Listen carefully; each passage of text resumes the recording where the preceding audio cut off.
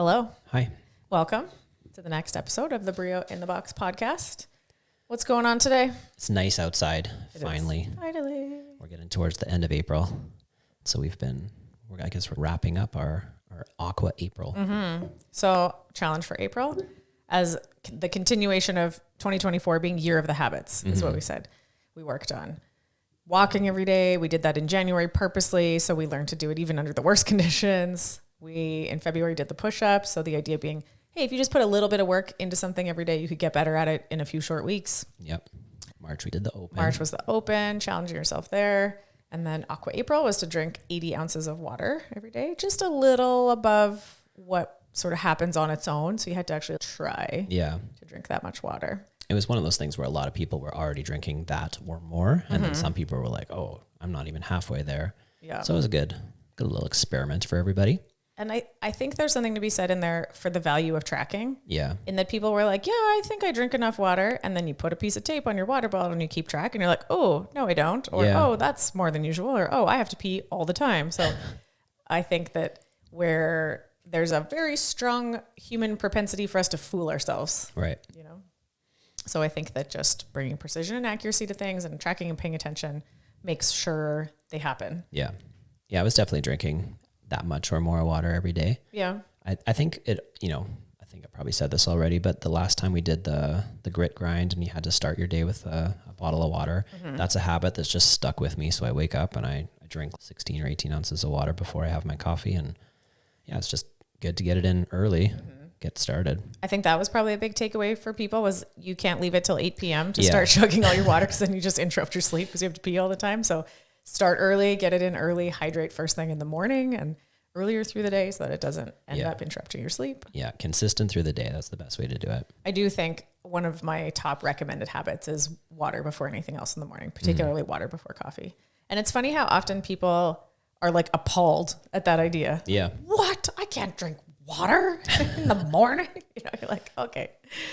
One of the optional challenges in Aqua April was to not just add a good habit like drinking more water, but maybe take away a bad habit. So somebody in the gym stopped drinking soda, which is great. Yeah. Nobody should be drinking that shit.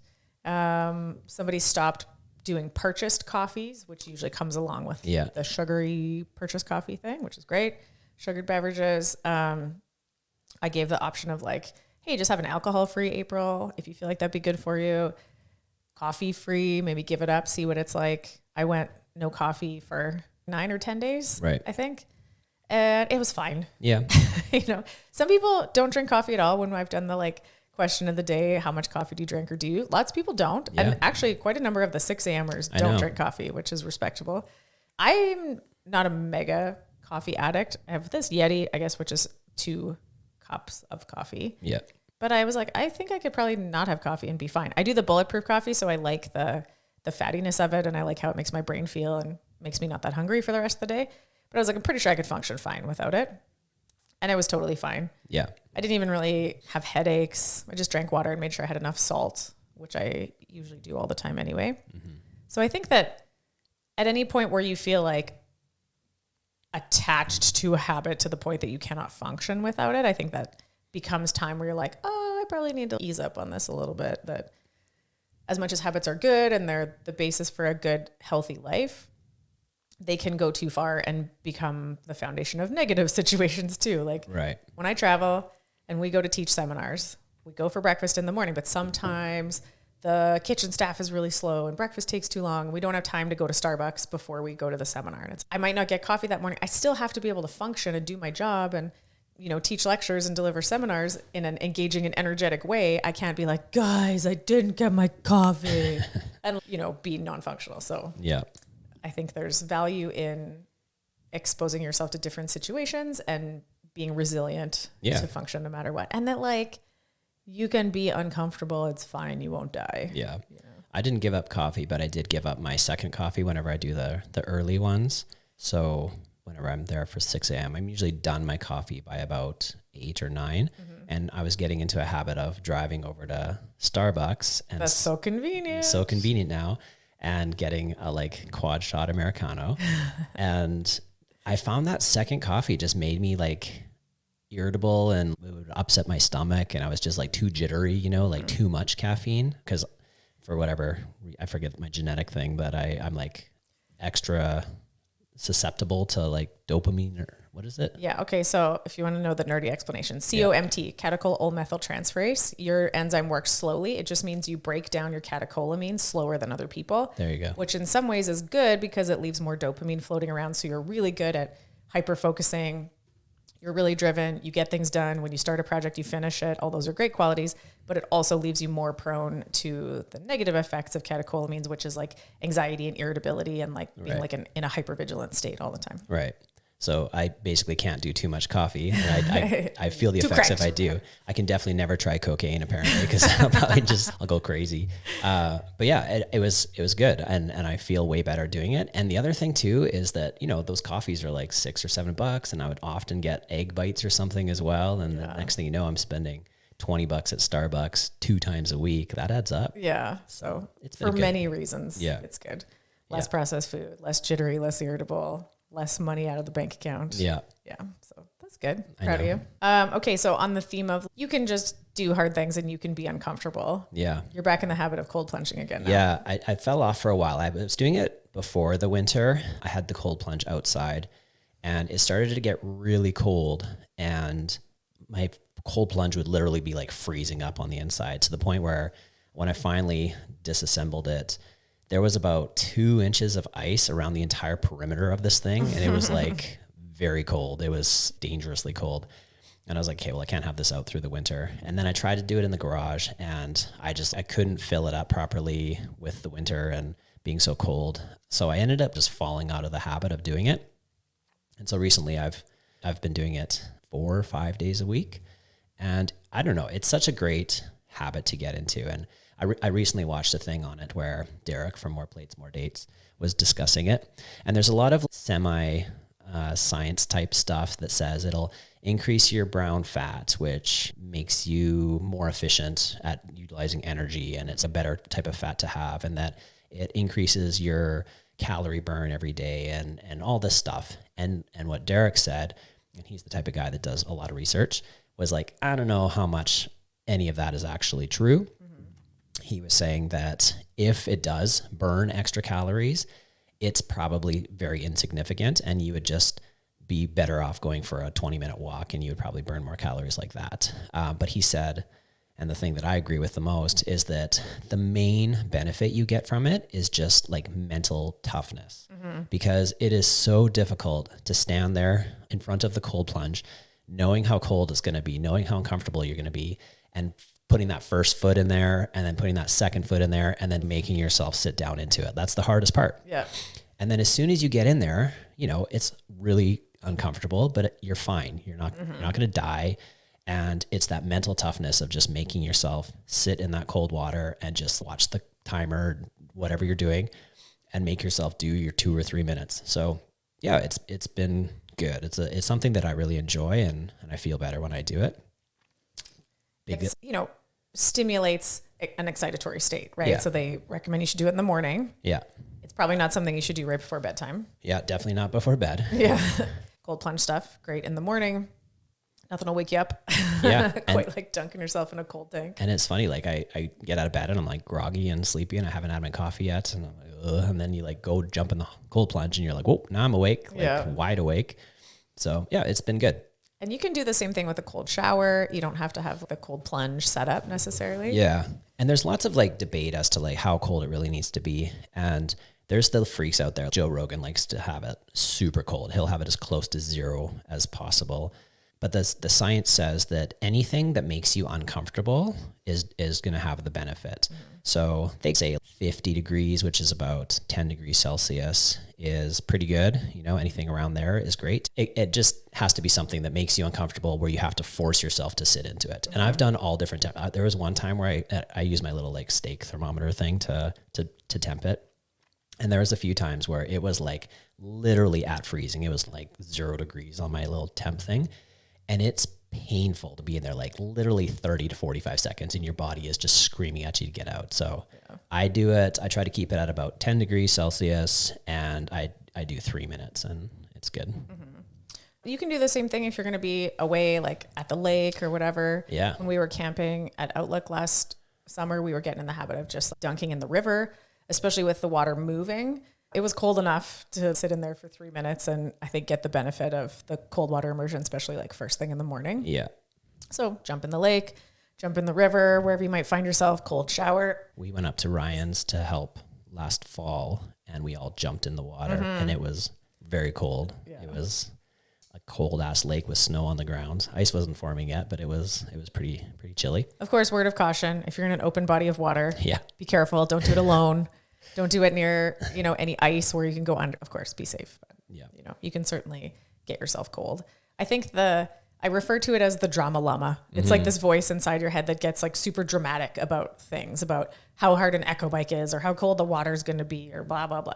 I think the cold plunge, and pun intended, chills out the drama llama. Yeah. Because you just learn it'll be fine. Most of the discomfort of it, like you said, is in the anticipation. For me, for sure. Yeah. I hate cold water. I was really trying to get in the habit of cold plunging when we had it set up in the fall and, jumping in the cold river and jumping in the cold lake and that kind of stuff, just getting over it and once I was in, it's fine. Yeah. Within a few seconds, you get that initial like, oh, and then your body just settles in. You do feel good. It's like vibrating, tingly, nice when you get out, actually. For me, it was that almost symbolic of procrastination of like, don't put things off, just start. Yeah. Once you get going, it'll be fine. So the anxiety of any number of tasks you don't want to handle or a phone call you don't want to make or a conversation you don't want to have or a workout you don't want to start. It's like, just start. Yeah. And just get going and then you'll probably be fine. And then it teaches you almost like a meditative state. I'm never going to be a meditator. I'm just not a person that's going to sit still and do that. But I like the idea of learning to be calm and centered in the midst of chaos. So like staying in a calm mental state while you're doing max cals for 1 minute on an echo bike, like staying in a calm state while you're dragging a body weight sled around the block for a mile, like to just do hard things, to sit in the cold water, to exist with lungs burning and legs burning or whatever, but maintain your mental state of being calm and not letting the drama llama take over. Yeah. And I think a lot of people are like, well, there's no way I could do that. And well, for sure you could. If somebody had a gun to your head, or if somebody was like, I'll give you $1 million if you do it, you would absolutely do it. Yeah. So you just need to be like, okay, instead of relying on some sort of horrible or amazing benefits, I'm going to just do it for the sake of doing it. And you can start small, have your shower, and then at some point in your shower, crank it to the cold, and then stand there for 20 seconds, whining or doing whatever you got to do, and then go right back to hot, just like you can baby step into it, but it's really good for just being resilient and acknowledging that you can do tough things. Yeah. And then it does, I think, start to transfer that self-efficacy, that belief that you can do hard things into lots of other aspects of your life. Yeah. You can tackle that project. You can deadlift that weight. The number of times that people are like, I don't know if I could fill in the blank. I don't know if I could make it through this workout with all chest to bar pull-ups. I don't know if I could snatch that much weight. I don't know if I could. Well, just try. Yeah. You can give it a whirl and see. And the worst that happens is you don't. Yeah. And that's fine. Like, for sure. You can just try to do hard things. Do hard things. Chill out the drama llama. Yeah. Okay. So end of Aqua April, 2024 is Year of the Habits. Coming next for May. We're doing Meals Only May. Meals Only May. So trying to take out bad habits and add in good habits, being the theme. We're going to try to take out nonsense grazing and snacking. Yeah. And we're going to focus on fueling and feeding ourselves well with the nutritious food that your body actually needs and wants and craves. So no snacks, only meals. Right. What's a meal? We're going to call it anything that contains 30 grams of protein from an animal source. And if you want to eat 5 meals a day, fine. If you want to eat 2 meals a day, whatever. But no like nonsense. I'm just going to eat an apple, or I'm just going to eat some crackers, or I'm just going to things that aren't fueling your body with what you need and aren't satisfying an appetite. They're just empty calories basically that are coming in that aren't serving you in a good way. All mammals eat to a protein target and then they stop eating. Right. And almost all the nutrients that your body needs come packaged with protein. Nutrients follow protein from animal sources. Right. So that's why we're going to focus on that. Minimum 30 grams of protein from an animal source. But that doesn't mean that's a maximum. Minimum. Sometimes my breast is like 80 or 90 grams of protein. I eat less meals in the day, maybe 2 big meals. So plan ahead. I'll post lots of resources on, like a printable sheet of what does 30 grams of protein look like. So it's also getting yourself acquainted with like how much is in a chicken breast and what's in an 8-ounce steak and how many eggs do I have to eat to equal 30 grams of protein. Just some pretty basic knowledge that should just like be in your head all the time. Yeah. You should acquaint yourself with how much protein is in things. Yeah. And then I do have a platform, a nutrition practice management software called Practice Better that I'm going to open up and make available to anybody that wants to join the platform to track their food. And the cool thing about it is that in the food journal, you can just do it with photos. So you can just snap a picture of everything you eat. And then you can, if you want to, type in like eggs and it'll start to auto fill in and you can be like 6 eggs and it'll tell you how much protein was in that thing. Yep. You can also scan UPC codes if you're eating some kind of processed food. I don't know why you would do that. Stop that. But you can look up. It's a huge database of food. So it's a nice meal tracking option if you want, and free of charge. Anybody can join that and do it on there if you like. Yeah.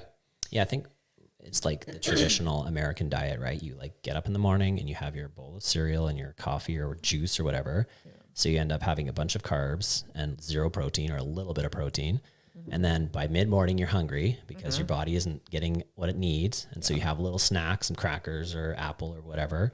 And then by lunch, you're starving again. And then, maybe you have some protein at lunch, maybe you don't. And then by the afternoon, you're hungry again. And then by the evening, you're just like starving and you're snacking before dinner. And the next thing you know, you've eaten thousands of calories and very little protein. And you're just going to bed hungry, eating right before bed and interrupting your sleep. It's just such a like vicious cycle that people get themselves into. Mm-hmm. So I think even for me, my coffee, like that's the first thing I do in the morning. And I don't remember when I started doing it, but I started just adding collagen protein to it to make sure that because I put a little bit of cream in there, I'm getting some protein as part of my first bit of food. And I put a bunch in there. I get 20 or 30 grams depending on how much I put in. Mm-hmm. I usually put at least 4 scoops. So that's 20 grams of protein. 20, yeah. But it makes a difference because I stopped doing the bulletproof thing and I just went to black coffee for a little while. And then I was like, well, I want some cream in there to make it taste better. But then I found that if I did cream and nothing else, I would be hungry a lot earlier. Mm-hmm. And so now I do the collagen in there and it does make a big difference for sure. Yeah. Plus it's just an easy way to get your collagen in, Yeah. It's like tasteless. Yeah. There's things called like the protein leverage hypothesis, where basically if we just increase the percentage of protein in the diet, people will spontaneously consume less calories. So, if you've taken Nutrition 101, I'm not a big fan of like calories as a variable of concern when it comes to nutrition. It's just a unit of measurement. It's not that useful, but it is true, but not that useful to say that if you have gained excess body fat, you have consumed more sources of energy than you expended. That's just a fact. It doesn't tell you anything about how or why. Yeah. And yes, if you want to lose excess body fat, you have to consume less calories from an energetic source. You have to consume less carbons than you burn. But how? That's the whole like calories in, calories out doesn't explain anything about how to do that. Well, how you go about doing that without just expecting people to white knuckle their way through restriction with willpower, which 0% of the time works long term. Yeah. It just does not work. You have to fuel the body with what it's looking for. You have to satisfy the appetite, the satiety centers of the gut and the brain. Yeah. And you do that with protein. And that's what the body's looking for. So interesting research that if you can get someone from even like really simple stuff, like 13% of calories in the diet from protein up to 15, they'll spontaneously consume 300 to 400 calories less per day. Mm-hmm. So you're like, okay, so if we want to lose weight, we need to induce caloric restriction. How? Well, how you do that is by eating enough protein. That's how you do it. So you need to fuel your body in a way that keeps it satisfied. Mm-hmm. I always say you should be aiming for 1 gram of protein per pound of ideal body weight. Talking about CrossFitters, people that come to the gym and work out and want to be not just free of disease, but optimal functioning humans. The RDA for protein is like paltry low, inadequate for postmenopausal women or elderly people or anybody getting older.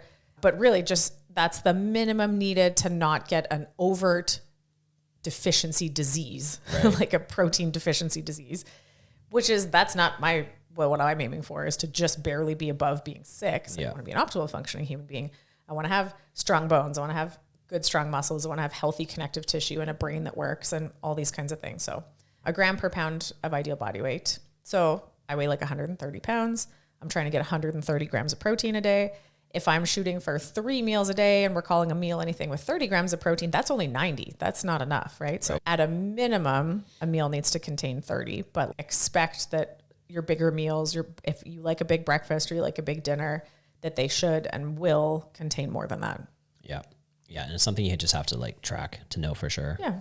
And once you get acquainted with the basic serving sizes of things that you eat, you know, it's like an egg is 6 grams of protein. Yeah. And then you're like, I eat 5 eggs every morning. You're like, okay, you don't have to weigh and measure that for the rest of your life. You just have learned that. And now you just know. Yeah.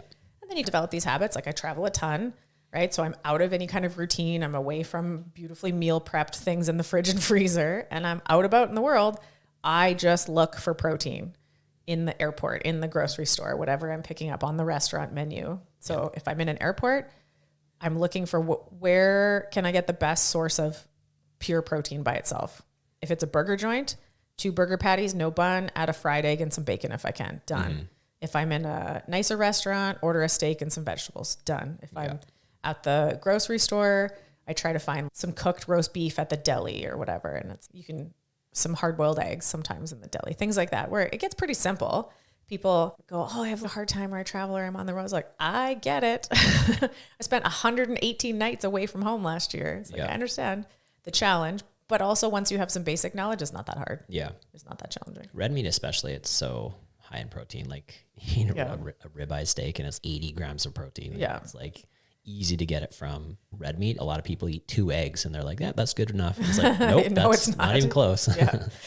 Come back to me when you're eating 10 eggs at a time, and then we'll talk about an adequate breakfast. Yeah. And I think that's it too, is that people go, oh, well, I eat animal foods. I'm not a vegan or vegetarian. I eat enough protein. And when you actually start tracking, many people have many realizations. Their eyes are open to many things when you actually start tracking. And it's generally that you're under eating protein, your carbohydrate serving sizes are substantially bigger than you thought. Mm-hmm. You know, a quarter cup of rice is actually only this much, and you're doing 2 cups of rice every time. And then things like peanut butter. That's always the one that just ruins everyone's life. You're like, that was probably a tablespoon, and it's 6. When you do it by weight, you're like, shit, you know. Yeah, we weighed out doing peanut butter on our apples. We just did it as if we normally would, measure the peanut butter jar before and after. Yeah. And what I thought was like 2 or 3 tablespoons was more like 6 or 7. It's like quite the shock. Yeah. And so then if you're like, well, I'm eating more than I need, i.e. you're gaining body fat, it's like, well, why? That's not a normal state. Mm-hmm. There was a whole thing called the thrifty gene hypothesis, that something about human genetics, we're just evolved to whenever we can, we just stuff ourselves and accumulate as many stored calories as we can to survive times where we can't find food. A nice idea, but there's zero supporting evidence for the thrifty gene hypothesis. There's literally no gene that does that. Humans under natural conditions, like outside of the Western processed food industrialized society type thing, that never happens. Mm-hmm. They never accumulate excess body fat, even in the presence of like abundant seasons of fruit and honey and a good hunt and you'll never find a human that's 100 pounds overweight, right? Even in an abundant natural food environment. But we're in an unnatural food environment in the current human zoo that we live in Western industrialized society, where foods are just designed to make you hungry all the time. Yeah. And people are so far removed from what it feels like to be a natural human that some people don't even know that that's not a normal thing. They just think that constantly being hungry or constantly just over consuming is just the way that humans are. And it's absolutely not. Yeah. So when you reconnect with your natural human instincts of eat real food, animal foods first, protein foods first, nutrients follow protein, and you're actually supplying your body with the nutrients, the amino acids, the vitamins, the minerals, the fatty acids that it needs, it's so satisfied. And then you just feel good and you feel calm, and you're not constantly plagued with thoughts of food and constantly thinking about what's next or where are you going to get a snack or what are we going to eat. And it's like, when you just free your mind of that burden, it's so nice. Yeah. And you can do other things and be creative and accomplish other things and focus on other work. It's like such a freeing state to get to. Yeah.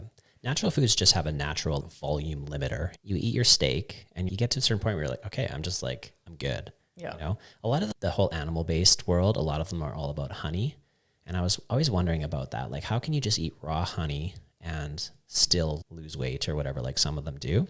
But then I realized, like, if you're just eating raw honey by itself, you're only going to eat so much before you're like, okay, I'm good for honey now. Mm-hmm. You're not going to eat a whole jar of honey. But if you mix like peanut butter and honey together, like and put it on crackers, like all of a sudden that's fucking delicious, and you can eat a ton of that. So honey is just so sweet on its own that it has a natural regulator of like how much just flavor wise you want to eat of it, you know? And if we're talking about getting back to natural conditions, eating the honey and honeycomb straight out of it, well, honeycomb has like a waxy, you know, kind of thing that's, if you just ate that, it comes with all the larvae of the little bugs that comes with some protein and stuff in it. It sounds gross. But if we're talking about, you know, the tribes out in Africa, when people go visit the Hadza and stuff, and they're on a hunt and they're literally just eating honey out of the honeycomb, it's a different thing than the little bear in the jar in the grocery store. Yeah. And you're right that like hyper-palatable foods are combos of fat and sugar that don't exist in nature. So butter by itself is gross. Yeah. You would never, babies sometimes do, little kids do eat a chunk of butter, but most of us, I think, would not just sit down and eat a stick of butter. But you put butter and sugar together, now that's caramel. That shit's delicious. Yeah. Right? Flour by itself is awful, you know, but you mix flour with sugar and, you know, throw some butter in there. It's, now that's like cookies, ding, ding, ding. Yeah. Right? And we've talked about it so many times before. There's like food scientists that figure out the exact way to make things the most palatable so they can package it up and sell it to you, and you're going to eat as much as possible. And it might only be honey and whatever, but the combination of those things makes it so you can eat 10 times what you would if it was just the ingredients. Yeah. In food science, that's called the bliss point. Yeah. And any new product is they optimize the bliss point, which is basically the maximum amount of, you know, sugar and seed oils they can cram in there to make you consume it. And then there's like a tipping point where you're like, oh, it's too sweet, or oh, it's too oily or something. So they optimize the bliss point. I totally envision, you know, somebody sitting down in a lab giving a person a bag of Oreos and have them like, okay, they ate 15 Oreos. We're going to have to work on that. We need to get that number up to 20. That is literally how that research is conducted. Yeah. And it's, a lot of it is done in children. Oh, good. Yeah. Which is like quite horrifying. Howard Moskowitz was the guy that came up with this idea of a bliss point. And they would just have children come into a lab and feed them like pudding. And what's the maximum amount of sugar they can put into the pudding before the kids don't want to eat it anymore? Right. Literally, this is like how this research was done. And then they find the maximum amount of sugar that optimizes consumption. It's gross. How much pudding can we fit in a 6-year-old? Yep. And, this is what I always wonder. What parents were signing their kids up to participate in these like food things, in these like focus group things? You won't have to feed Billy for the week because he's so full of pudding. Yeah, there's some interesting books you can read about that. Salt, sugar, fat is one of them. Mark Schatzker's The Dorito Effect is all about flavor and bliss points and stuff. And really interesting things outside of the macronutrients, just the flavors of things that optimize consumption and bliss point. All right, so Meals Only May. Coming at you. We're just going to focus on protein. Yeah. So on the theme of good habits and the snow has melted and it's nice out, many people have asked if we're going to do the Ruck-a-week challenge again through the summer like we did last year. Yeah, it was super fun. I think a lot of people got into it and made it a good habit, and then winter hits and boom, gone. But yeah, we'll be doing the Ruck again. So it'll be weekly Ruck. We said 5K or more is what we're shooting for. Throw some weight on your back, whether it be a weight vest or a backpack or whatever, and anywhere you are, just go do at least 5K. Once a week, but more if you like. Yeah. And take opportunities to put that into your life. Like last year, people were being like, oh, I walked to the grocery store and put my groceries in my backpack and then I walked home. Awesome. Yeah. I walked to work, or, you know. Taking the dogs for a walk anyways, you might as well. Yeah. Tire that pop out with a 5K. Yeah. It's about an hour if you're walking, about an hour walk. Go explore some different trails, different pretty places. I found the rucking really beneficial on my back. Oh, yeah. After last summer, just making that a weekly habit. I just felt like my stabilizers, like my QLs and my erectors, just being upright under a medium load for a good amount of time, that, you know, when I returned to squatting and deadlifting and stuff, I just felt way more stable in a really good, solid way than I ever have probably previously in my life. So yeah, I'm looking forward to getting back to the rucking. And I feel like we were a bit of a hipsters on the rucking because now GoRuck's the official sponsor of CrossFit. That now you're seeing more, like CrossFit.com is posting some rucking workouts, and GoRuck is doing lots of stuff with CrossFit. I was like, I feel like we were ahead of the curve. We were rucking last year. But yeah. I am going to register us as an official Ruck club. The Brio Ruckers. Mother Ruckers. What should we call ourselves? I don't know. Fud Ruckers is already taken. Fud Ruckers. We should be sponsored by Fuddruckers. We'll meet there for a burger. Yeah. Get your protein in. Get your protein, no They bun. do make good burgers. Yeah, and you can get like a pound burger there. Yeah. Substantial burgers there. 16 ounces, that'll do it. Yeah. Get your protein grams up. I've seen lots of stuff about zone 1 and zone 2 cardio. And I feel like this is Peter Attia's fault, is that he's doing this like zone 2 thing, a topic of, if you follow health oriented things now, I feel like it's Instagram and YouTube and everybody's talking about their zone 2 cardio and that kind of stuff. I saw in a CrossFit forum, someone was talking about, oh yeah, you got to build your aerobic base. You know, like sometimes I do 2-a-days and even zone 1 cardio is really important. Like I just come in and I sit on the Concept 2 bike for like an hour. And I was like, what are you doing? Yeah. Your zone 1 and 2 cardio, go outside. Yeah. You know, like, have we lost the forest for the trees? This whole thing here of what fitness is and what it's for. Yeah. You're not supposed to come into the gym and sit in a supported position on a Concept 2 bike and just pedal in slow-mo for an hour. You're supposed to be outside on your feet in the sun, in nature, enjoying your surroundings. Yeah. I think too many people are just a slave to the gym. You know, it only counts if it's in the gym. And you do the gym so that you can do the stuff outside. The whole point of training is so that you can go and do fun stuff in the real world. So instead of sitting on a bike and staring at a screen or listening to a podcast or something, like get together with some friends and go for a walk or go for a bike ride or go for like a light jog or do whatever, you know, anything. Just be outside. Be outside. And even through the winter, right? That's your cross country skiing and your snowshoeing, and even just walking through big snowbanks and stuff is challenging. And continuing to just have your outdoor habits on your feet. Summertime, we get to ruck and hike and jog and paddle boarding, like all these fun things. So it's not that we neglect zone 1 and 2 training in the programming at Brio. It's that we strongly encourage those things, but we also know that those things should be done on your feet outside the gym. Yeah. They basically, the easiest way to define, there's actual ranges if you want to get scientific, but the easiest way to define zone 2 is that you could have a conversation if you wanted to, but you don't want to. You're like just out of breath enough that you don't want to be talking, but you could if you needed to. Yeah. And then zone 1, it's like conversational pace. You're just moving around. So even when you're doing housework or yard work and you're just like busy, and you're going and you're like working up a little bit of a light sweat and stuff, and you stop for a little bit and you're like, whew, I need some water. And that kind of feeling, like that's zone 1 and 2 cardio. Yeah. So any kind of movement is great and do a lot of it. I think that your fitness sits on a base of general daily movement. Yeah. And that you can't be sedentary for 8 or 9 or 10 hours a day at a desk job and just show up and do a CrossFit class 3 to 5 times a week. That's not enough to cancel out all the sitting. The sitting is just like you can't eat a salad with a milkshake and expect that the salad cancels out the damage of the milkshake. That would be great if it did. I wish it worked like that. The sedentary lifestyle is so particularly detrimental to your overall health that's the first thing that we need to get rid of. You need to have general daily movement. You need to spend time on your feet. I think that was a Chris Hinshaw thing where I got that line from, was you got to spend time on your feet. And I think about that all the time. And from there, it almost doesn't even matter what you're doing. Housework, gardening, walking places, paddle boarding. You just have to be not sitting, you know, the anti-sitting life.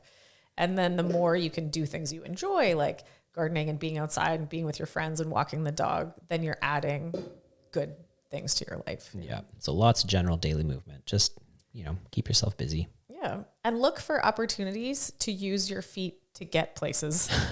You know, I feel like we become such a car-based society in the winter when it's just too freaking cold. And then summer comes, but we forget you can walk or bike places to work, to the grocery store, to the mailbox, you know, like just, you can just use your feet or use your bike to get places, and look for opportunities to add more general daily movement wherever you can. Yeah. Invite your coworkers to go for a walking meeting instead of sitting in the office, or, you know, any of those things where you can just fit in a little bit more movement. Yeah.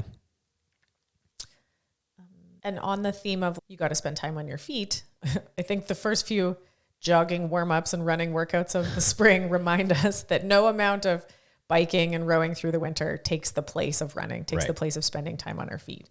Yes, you can get really out of breath on a bike or row or ski or burpees or whatever. So we're ticking, of our 10 generally recognized physical skills, we're ticking one of the boxes, which is cardiorespiratory endurance. But we're not ticking accuracy, agility, and coordination and balance and, you know, speed and power and all the things that go into being able to run, the mechanics of running properly, right? Yeah. The coordination and the balance needed to be on your feet at a decent speed.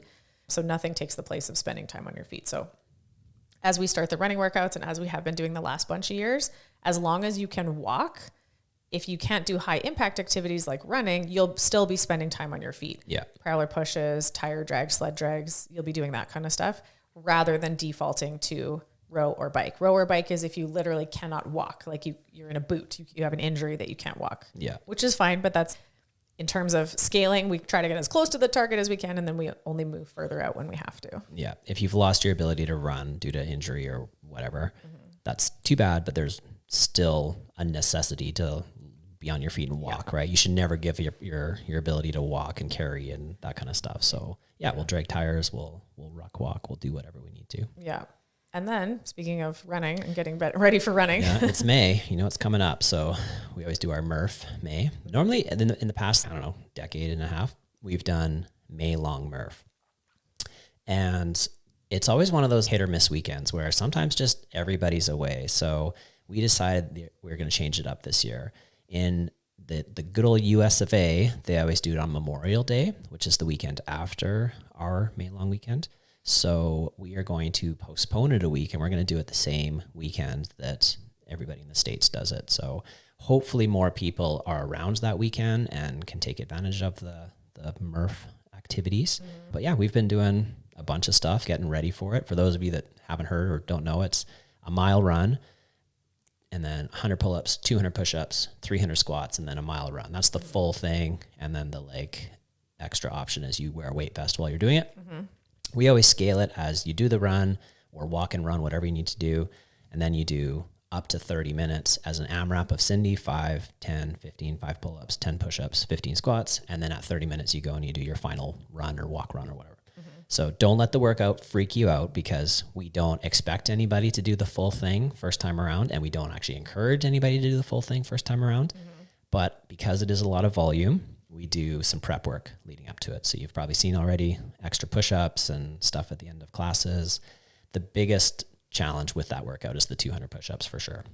So we've been doing a bunch of that. We always do. We started running, more body weight stuff. And we'll be doing it the end of May. Yeah, looking forward to that. I always enjoy a good Murph. Yeah. And I think that's Murph is another one where the Drama Llama tends to make an appearance. For sure.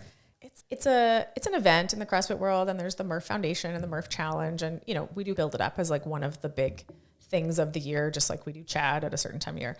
But it's also, we can calm down, and it's not that big of a deal in terms of the amount of workload. It's like you could brisk walk a mile and you'll be back in 15 or 16 minutes. You can do 5, 10, 15 rounds of Cindy, which we do workouts like that all the time. And then you could go brisk walk around the block again. Like any of our members can participate in Murph. There's always a way to do it. So that's certainly not one where you go, I can't do that. And honestly, it's hard in a different way from a lot of the workouts we do. Things like Fran are intense. And so you have that hormonal response where you're just like, oh my God, I feel like I'm dying. Yeah. Whereas Murph, you're just moving. It's a much lower intensity workout. It's just long duration. It's more of like a mental toughness kind of battle. And people end up moving at a pace that's completely different than a super intense workout. So it's not something to freak out about. A lot of people do. Anything that takes 40 minutes by definition is not a high intensity workout. Yeah. It's grind, and it's fine. Yeah. If that Drama Llama is making an appearance, just go dunk that shit in a cold tub. Yeah. Get that dramatic llama out of here. I also think there's some benefit to conditioning the air squats, getting ready for Murph too. Obviously, the ability to do 200 push-ups at a reasonable clip is something that a lot of people have to work towards. It's a rate limiter. But also, I've really been trying to push people to get back to that old school air squat speed that used to just be the standard for things like Cindy, and we did Nasty Girls a few days ago, and sets of 50. You should be pushing to do a set of 50 air squats under a minute. Yeah. The down, up, down, up, down, up, down, up, the pace like you used to see. And then you'd have guys like Chris Spieler, just like 2 reps a second, like craziness, Too fast to count. Yeah. That's what we're looking for on an air squat. It shouldn't be the same pace that you do wall balls, Yeah. like slow. We're trying to full range of motion, because we're super legit air squat at speed. And so we'll do a few opportunities to really work on those kinds of things. Basically, like benchmark threshold should be 60 air squats in a minute. Yeah. Is, what we're aiming for. Yep. It's a fast so that you pace. have that in your pocket, so that if the push-ups take you a long time, when you pop up from that set of push-ups, you should be able to crank out 15 air squats in 15 seconds and move on, because you need that time because your push-ups are slow. Yeah. Whatever, Yeah, for sure. Yeah. And to wrap things up, other exciting news. you've officially finished your master's degree. Yay. I get some of my life back. Classes are all done. Yeah. What are you going to do with your extra time? Yeah. So I started this thing September of 2021. So it'll be almost 3 years, like 3 school years. And I went all year round through the summers and stuff. Had a meltdown at one point and went to half course load. So it took a little longer than originally planned, but still made it. I was there for that meltdown. It was good you live with me. So thanks for sticking with me through that. But did manage to get it done. So last Sunday, wrote my last exam, submitted my last assignment for all my coursework. Feels amazing to be done. I do have to write like a comprehensive exam to actually graduate. So that's one more step to go. But all the classes, all the coursework is done. Exciting. It is exciting. And then now, what's next? Yeah. So you've maybe seen in the gym recently, we've been chalking out some lines up by the front. People are like, oh God, what are you guys doing now? Mailing weekend's coming up. Time to renovate the gym. Yeah. So the next step is we're going to build an office up front there for you. And what are you going to do with your office? So, I mean, Brio Plus Nutrition has been a thing for a while. It's been the simmering on the back burner project. You've noticed all emails come from CrossFit Brio Plus Nutrition now, adding that on as this is part of what we do. So it's not just a fitness business. It's a lifestyle business. CrossFit's a lifestyle characterized by safe, effective exercise and sound nutrition. And obviously it's been a topic of nonstop conversation on podcasts and all that kind of stuff. So just formalizing it a little bit more into having an office space for me to actually do one-on-one consultations with people. Also, we're going to set up the podcast studio and a big whiteboard for me to be able to film stuff in there for more online courses and little mini seminars and that kind of stuff. So basically just having a professional office space. Right. So that is coming. You'll be seeing a little bit of construction happening in the gym. Yep. So brioplus.ca does have its own website and has for a while. It's just been simmering back there. I moved onto, like I said, a professional platform called Practice Better that tracks, all kinds of interesting things when I want to help people with nutrition. It also allows me to do prescriptive meal planning. I can even order or refer you out for places to get specific testing where you work in collaboration with a doctor that actually orders specific tests for like organic acid testing or genetic testing or gut microbiome testing or like all kinds of really interesting stuff. If there is the need to do like deep dive on those kinds of things, like we were talking about understanding your genetic profile to understand why you might be more prone to anxiety and what are some things you can do in terms of lifestyle and nutrition to manage those genetic things you might have. Right. All kinds of interesting stuff. So putting basically my knowledge into application. Yeah. Your like main goal is like the education side of things. Yeah. So this is, of all the things that I've learned in the course of doing this master's degree, is just how to understand what's going on. So I feel like my role is to be this like filter of sense from nonsense, because nutrition shouldn't be, but it is so confusing for people. People get so exasperated and so frustrated. I just don't know what to eat, because you see shit in the media like eggs are good and then the next week eggs are bad, and then 1 egg a day is like smoking a pack of cigarettes a day, and like all these things that are going back and forth, and you should be plant-based and no, you should be animal-based, and like all these things that are so confusing.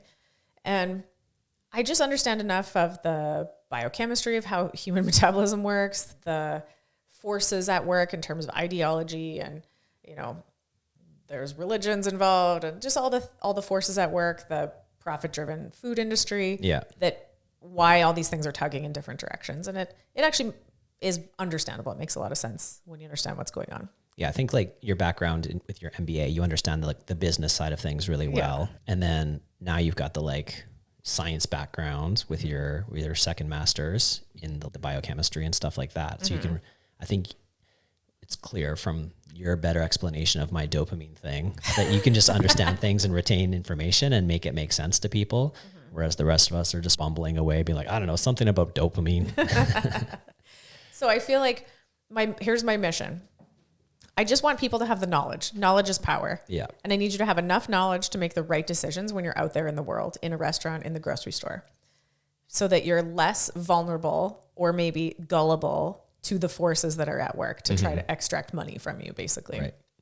So with what I think is pretty basic knowledge, you can be fairly immune to the grift, to the scam of processed food. If you want to eat junk food, just know that it's junk food, eat junk food, try to find the very best and enjoy it the very most that you can, that's fine. Yeah. What drives me insane is when people eat junk food, but they think it's health food because they've been scammed by some marketing and the processed food industry. That shit drives me nuts because I feel like that person was trying. They were trying to make a better decision. They were doing what they thought they were supposed to do. They just had such poor knowledge that they made the wrong decision. Right. And so if you follow Brio Nutrition on Instagram, every week and every time I go to the grocery store, I find some example of the bullshit. And I try to just show you what you should be looking at to realize that it's bullshit, to become scam proof. The whole scam relies on you never reading the ingredients on anything. So basically, if you just flip the package over and look at what's in it and know some basic things that you're not going to eat, you're going to be immune to the grift. And that's all you need to do. And then anything that's going to work, whatever nutrition paradigm you choose to ascribe to, whether it's keto or paleo or macros or vegetarian or whatever, it has to be on a base of eating real food. Right. So you can't eat keto treats and you can't eat the paleo brownies and you don't need to eat the vegetarian plant-based patties or whatever they are. You know, so if you just understand what's food and what's not, right, then you're equipped. Then you have the power. Then you're like a superhero and you're immune. You're like Superman that, you know, you can withstand any assault of marketing nonsense. Like, the most recent bullshit of the week was those veggie straws. Oh yeah. Like that's the marketing on those things is crazy. It's like leaves and garden veggies and the picture on the front bursts out at you. It almost looks like a head of broccoli the way it's shaped. And the cardboard packaging thing at Costco says veggie-licious, veggies all over it. Yeah. And it's like, you just flip the thing over and look at the ingredients and it's like potato starch fried in canola oil. Yeah. And like way down the list is a little bit of spinach powder and a little bit of beetroot powder. And that's what makes it dyes it basically. It's colored. This is Pringles. These things are just Pringles. Yeah. Shaped, formed potato starch fried in seed oils. Right. Those are just Pringles. But with the health halo of veggie sticks, garden veggies, veggie-licious, I guess technically a potato grows in your garden. So that's how they get away with saying something that's technically a vegetable. But they also cost 65% more than Pringles. Right. So if you buy those, all you've done is part with 65% more of your money. If you wanted to eat fried potato chips, just buy Pringles. It's a better price. Yeah. If you wanted to eat vegetables, buy vegetables, but you don't need to buy fried potato chips thinking that those are healthier because the packaging says veggies all over it. That's the stuff that drives me crazy. Like, and just have the right knowledge and you would know that that's a scam. And it's 30 ingredients and they like pulverize it and then form it and then deep fry it. Yeah. Right. So, okay. Follow-up question. The hard bite chips, are those just like potatoes sliced and cooked in avocado oil? Some of them, not all the hard bites are avocado oil, but if you look at the ingredients, there's like 3, right? Especially the ones that are just the salt and pepper, the sea salt and whatever. It's like potatoes, avocado oil, salt. Right. And one of our filters for is this food or not food is could you make that in your own kitchen? Absolutely you could. You can take a potato, you can slice it thin on a mandolin, you could fill a pot with avocado oil, or better would be beef tallow. Yep. And you could fry those babies and you could take them out. They would be crispy and you could cover them in sea salt. So that's food. You could do that in your own kitchen. So don't fall for the, it has vegetables, so it's healthy scam. Yeah. Get the actual like real food thing. If you want a chipped sort of vibe, then get a chipped vibe, but do it the best way, not the way Costco tells you to do it. Just as much as possible, try to remove yourself from the food marketing. Ignore the front of package. Yeah. Nothing that you need to know is on the front of the package. Flip it over, look at the ingredients. Yeah. And if you just do that as a habit, this is my question of the day in the gym the other day was, how many of you guys read the ingredients on things before you buy them? Mm-hmm. I'm not even asking what you look for or anything. Just do you read the ingredients? And a majority of people, like more than half, said no. Yeah. And so I don't care how you eat or what you eat or if it's low carb or not or animal based or vegetarian, but you should just know what you're eating. Mm-hmm. Don't put something in your face if you're unaware of what it is. Yeah. I care zero about the calorie content. I care very little about the macronutrient content. I care a lot about the ingredients. Yeah. So that will continue to be my job, is to just, equip people with the right knowledge to make the right decisions.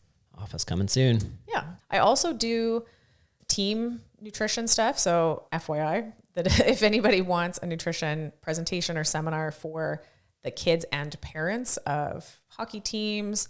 I contract with Holy Cross every semester, and I go do nutrition classes with their special phys ed class. So talk to teenagers about how to eat properly. I'm, going to do some stuff with an adult men's hockey team on how to fuel yourself properly for athletic performance and injury prevention. So all that kind of stuff. If you have, a team or anything that you feel like needs some good nutrition knowledge, I try to equip people with the basics there too. So yeah, lots of stuff. Just basically teaching. I love teaching. Yeah. Cool. Yeah. All right. That's what's going on. All right. Thanks, guys. See you in the next one.